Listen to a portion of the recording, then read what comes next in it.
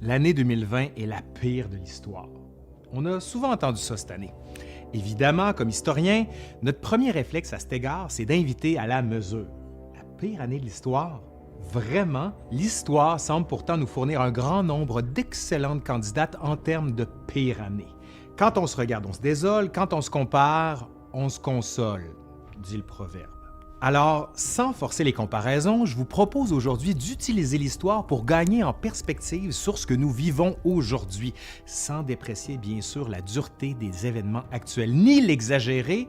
Jetons un coup d'œil sur cette année qui est considérée par plusieurs historiens et historiennes comme la pire de l'histoire de l'humanité, soit 536. Ouais? Vraiment? Veux-tu bien me dire ce qui s'est passé de pire qu'en 2020? Oh là là, ça fait un méchant bout de temps, ça, hein, 536? Allez, aujourd'hui, à l'Histoire nous le dira, l'année 536, pire année de tous les temps, dit-on.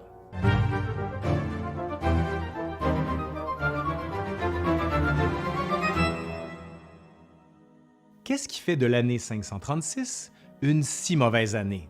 Une pandémie globale?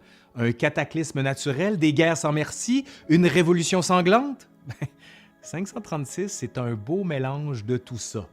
Un cocktail particulièrement fort de catastrophes et d'instabilité. Pour bien se mettre le tout en tête, il faut toutefois d'abord se replonger dans le contexte de l'époque. En 536, la capitale de l'Empire romain est Constantinople. Ce qui est nommé aujourd'hui l'Empire romain d'Occident, dont la capitale était Rome, s'est effondré près d'un siècle auparavant sous la pression de clans venus du nord de l'Europe. Le centre de l'Empire a donc officiellement glissé au Proche-Orient. Sous l'empereur Justinien, l'Empire romain tente de reconstruire à Constantinople une nouvelle ère de puissance et de prospérité.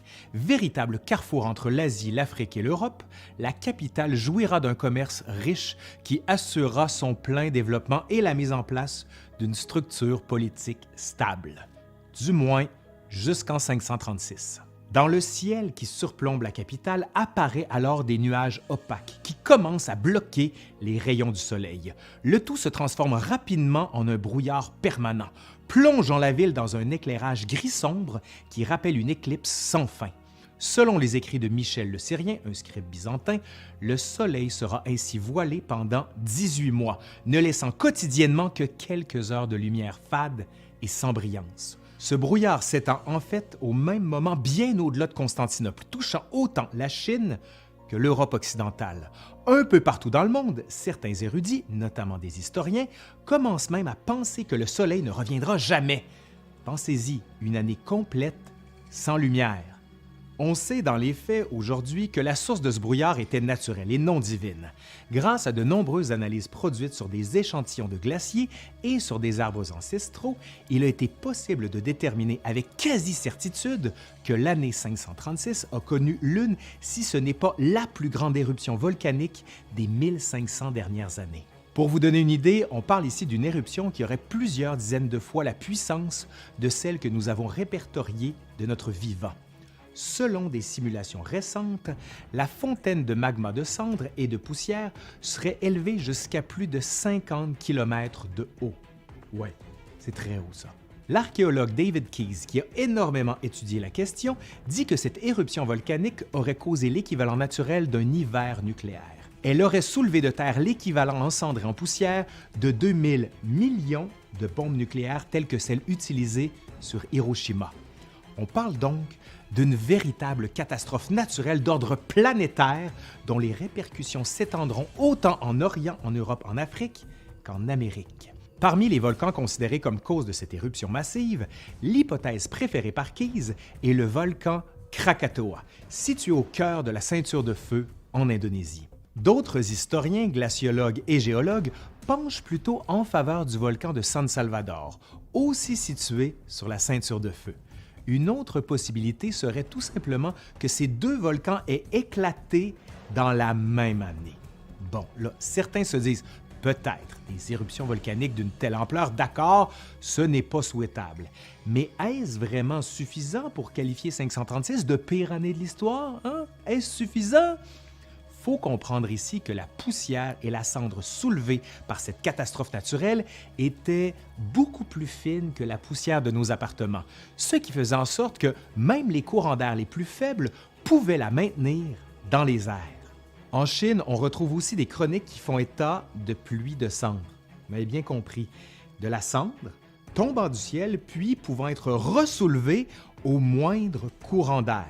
Imaginez donc un ciel couvert d'un nuage de cendre pendant plus d'1 an. Et maintenant, pensez aux conséquences. On parle ici d'un pare-soleil semi-permanent et donc d'une agriculture entravée à l'échelle planétaire. L'année 536 a ainsi donné lieu à une famine quasi généralisée sur tous les continents. Ne pouvant plus bénéficier de l'ensoleillement nécessaire à leur développement, les récoltes se trouvent paralysées. D'abord par l'impossibilité pour les plants de s'alimenter par photosynthèse, mais aussi en raison d'un refroidissement général touchant toute la surface du globe, aussi causé par l'absence de soleil. Ce refroidissement a plusieurs répercussions en 536, dont témoignent les contemporains de l'époque. À titre d'exemple, on sait, via certaines chroniques, qu'au sud de l'Asie, sur les territoires actuels de la Chine, de l'Inde et de la Corée, la baisse de température a provoqué en plein été des gels au sol et d'importantes tombées de neige. On estime aussi que ce refroidissement serait l'une des premières causes d'inondations dévastatrices répertoriées dans le nord de l'Afrique et dans certaines régions côtières de l'Amérique, l'absence de rayons réduisant l'évaporation de l'eau. Ce ciel semi-couvert aura aussi d'autres conséquences terribles en 536. Par exemple, certains bassins importants de poissons exploités par la pêche seront décimés par le débalancement de la température dans de grandes étendues d'eau. Dans d'autres régions, les chevaux, cruciaux pour la survie de certaines tribus, n'auront plus accès aux pâtures annuelles pour se nourrir, ce qui causera l'hécatombe et provoquera de grandes poussées migratoires. En somme, plus de grains, plus de poissons, plus de possibilités d'élevage. Le monde entre en carence alimentaire. OK, petit bilan pour le moment. Soleil bloqué, nourriture inaccessible, éruption volcanique d'une violence extrême. Qu'est-ce qui manquerait ici? Un peu de guerre, des soulèvements sociaux? Bouf, pourquoi pas des deux, hein? L'appauvrissement des récoltes et des ressources alimentaires environnantes déclenche en effet en 536, dans pratiquement toutes les sociétés, un profond climat d'instabilité sociale. Dans certaines civilisations du Mexique, par exemple, on peut aujourd'hui, grâce à des analyses d'ossements retrouvées par les archéologues, constater que tous les membres étaient atteints de carences alimentaires majeures. Or, plusieurs de ces civilisations ont tout simplement disparu dans les années suivant 536, laissant des territoires vides qui demanderont des siècles avant d'être repeuplés. Parmi les hypothèses avancées pour expliquer cette disparition, l'une des plus favorisées serait que la famine aurait engendré des soulèvements populaires contre les élites, incapables de rétablir la situation. Ce désordre social aurait ensuite empêché toute forme de reprise ou de rattrapage en raison d'une mentalité du chacun pour soi. Ouais, cette mentalité-là. Les traces semblent indiquer une situation similaire dans l'Empire romain. Malgré ses tentatives soutenues pour maintenir la paix sociale, Justinien verra son autorité minée par une série de coups d'État et d'insurrections locales qui empêcheront l'Empire de se coordonner. Pire encore, affaibli de l'intérieur, l'Empire romain sera simultanément la proie d'attaques répétées et particulièrement violentes de peuples guerriers venus du nord, de l'est, mais aussi de l'ouest, comme les Goths ou encore les Vandales, tous en recherche de nourriture. Ces attaques sur tous les fronts forceront Justinien à offrir continuellement des tributs en or pour interrompre les pillages et les conflits militaires, ce qui ajoutera à la grogne interne, favorisera de nouvelles trahisons, affaiblissant l'Empire, et ainsi de suite. Bref, c'était pas très commode de vivre à Constantinople à cette époque-là. Bon, on pourrait évidemment dire que tout ça est loin de ce que nous vivons aujourd'hui et qu'en histoire, il faut éviter de comparer des situations qui n'ont pas d'éléments communs.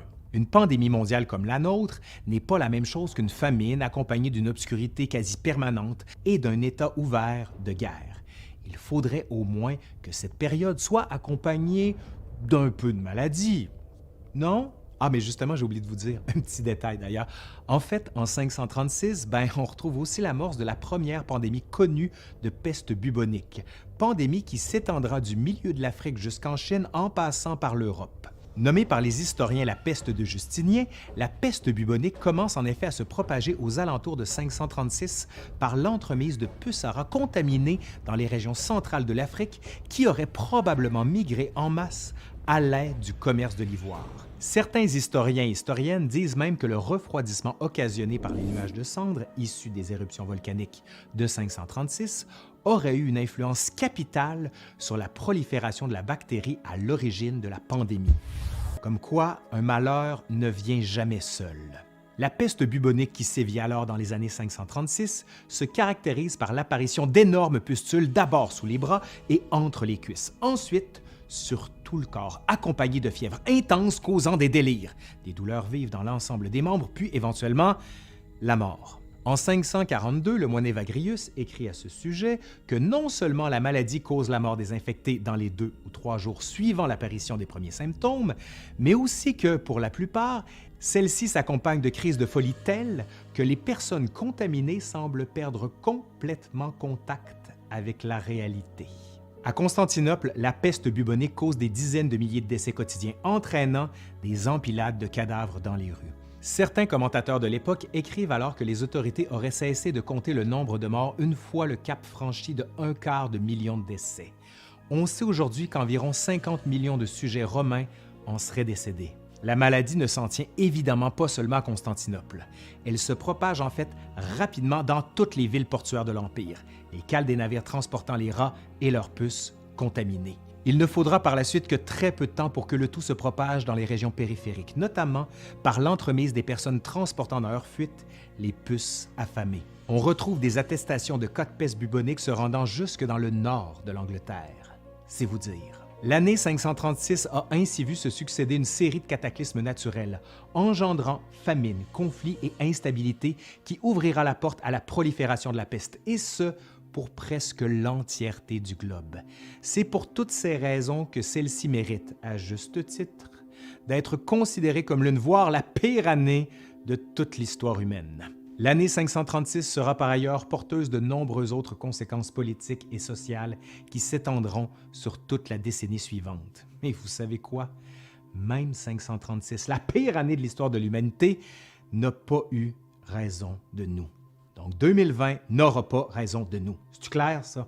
Allez, c'est fini pour aujourd'hui. Merci à Louis-Étienne Villeneuve qui a collaboré à cette vidéo. Si vous aimez ce que vous voyez, vous savez quoi faire. Faites un pouce par en l'air comme ça. Vous pouvez commenter, faire ce que vous voulez et vous dire à quel point c'est une mauvaise année. J'ai décidé de tourner cette vidéo-là et mon voisin à côté a décidé de faire des travaux qui m'ont bien sûr empêché d'enregistrer la vidéo comme je voulais. Bref, 2020, c'est de la merde! Bonne année!